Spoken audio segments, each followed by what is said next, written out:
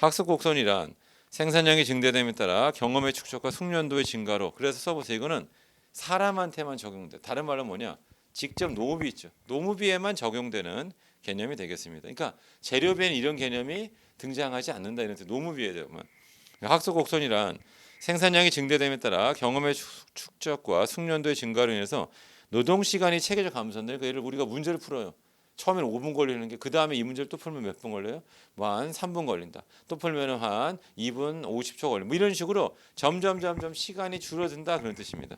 그게 바로 뭐라냐면 세 번째 줄 run effect라고 해서 그게 학습 효과가 된다. 그게 학습 효과가 된다 이런 뜻입니다.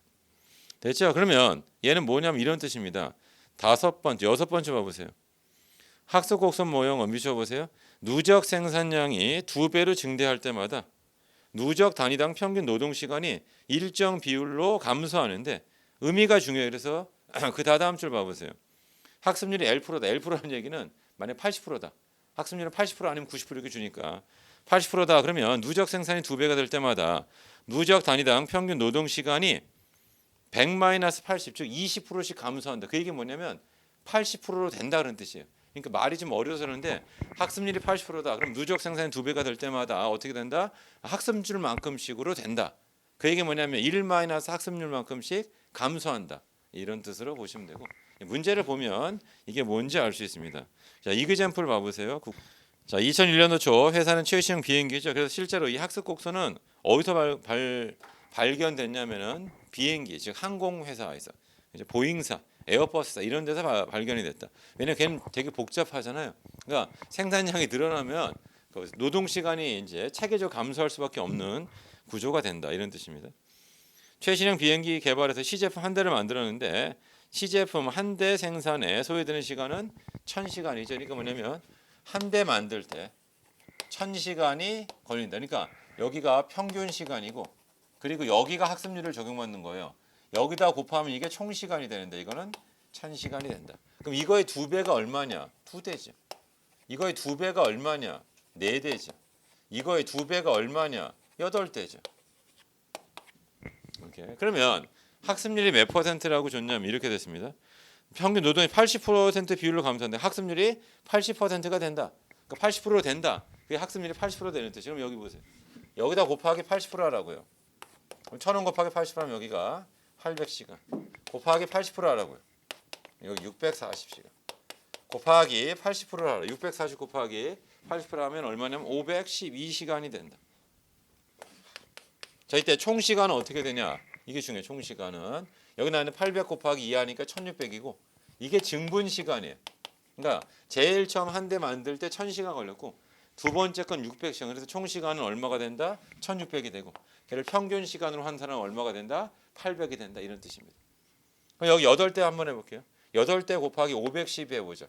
그러면 얼마가 나오냐? 그러면 그게 4096시간이 된다. 그래서 먼저 1번 보세요. 두 번째 비행기 생산에 걸리는 노동 시간은 800시간 하면 안 되고 600시간 하시세요. 두 번째. 왜냐하면 이 두 대의 평균 시간이 800시간 얘기는 한 대당 800시간씩 둘하면 1600시간이 누적으로 돼야 되는데 이미 전년도에 1000시간 했잖아요. 두 번째 건 몇 시간이 된다? 1600시간. 증분 시간은 600시간이 된다 이런 뜻이고 그러니까 문제를 말하자면 여러분 생각해 보세요. 제일 처음에 어떤 문제 하나 풀 때 5분 걸려요. 그 다음번에 풀 때는 시간이 확 줄어서 3분이다. 그 다음에는 2분 한 4, 50초 된다. 그 다음에는 2분 30초 된다. 이런 식으로 줄어드는 폭이 훨씬 더 감소해야 되겠죠. 이런 개념이 되겠어요. 그 다음에 제일 중요한 건 뭐냐면 2번이 제일 중요한데 회사가 자 미쳐보세요. 추가 8대가 아니고 추가 7대예요. 왜냐하면 제일 처음에 한 대가 있었죠. 이게 누적 생산량이라고요. 누적 8대가 되면 증분은 얼마가 된다? 7대가 된다 이런 뜻입니다.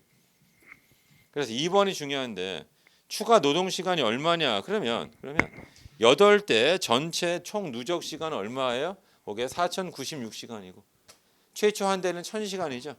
나머지 7시간은 4096에서 1000을 빼니까 얼마가 된다? 3096시간이 돼야 된다. 3096시간이 돼야 된다. 그게 2번입니다. 2번. 3096시간이에요.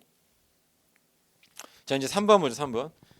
제품 단위당 직접 재료비, 직접 노무 시간당 임료를 주고 변동 제조간접비 줬고 고정 제조간접비를 준다.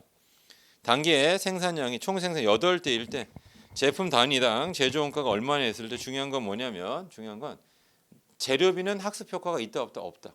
8대 만드는데 재료를 죽게 넣으면 안 될 거 아니에요. 이렇게 해가지고 그래서 자, 오른쪽 해답 보시면 알겠지만 직접 재료비는 학습 효과와 무관하다. 그래서 걔는 8대가 되고 원가는 얼마가 된다? 5,000원이라고 줬습니다.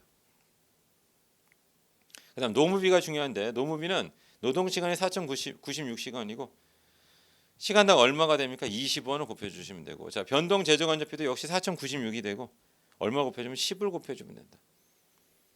거기다가 총 그다음에 고정 제조간접비를 더하자.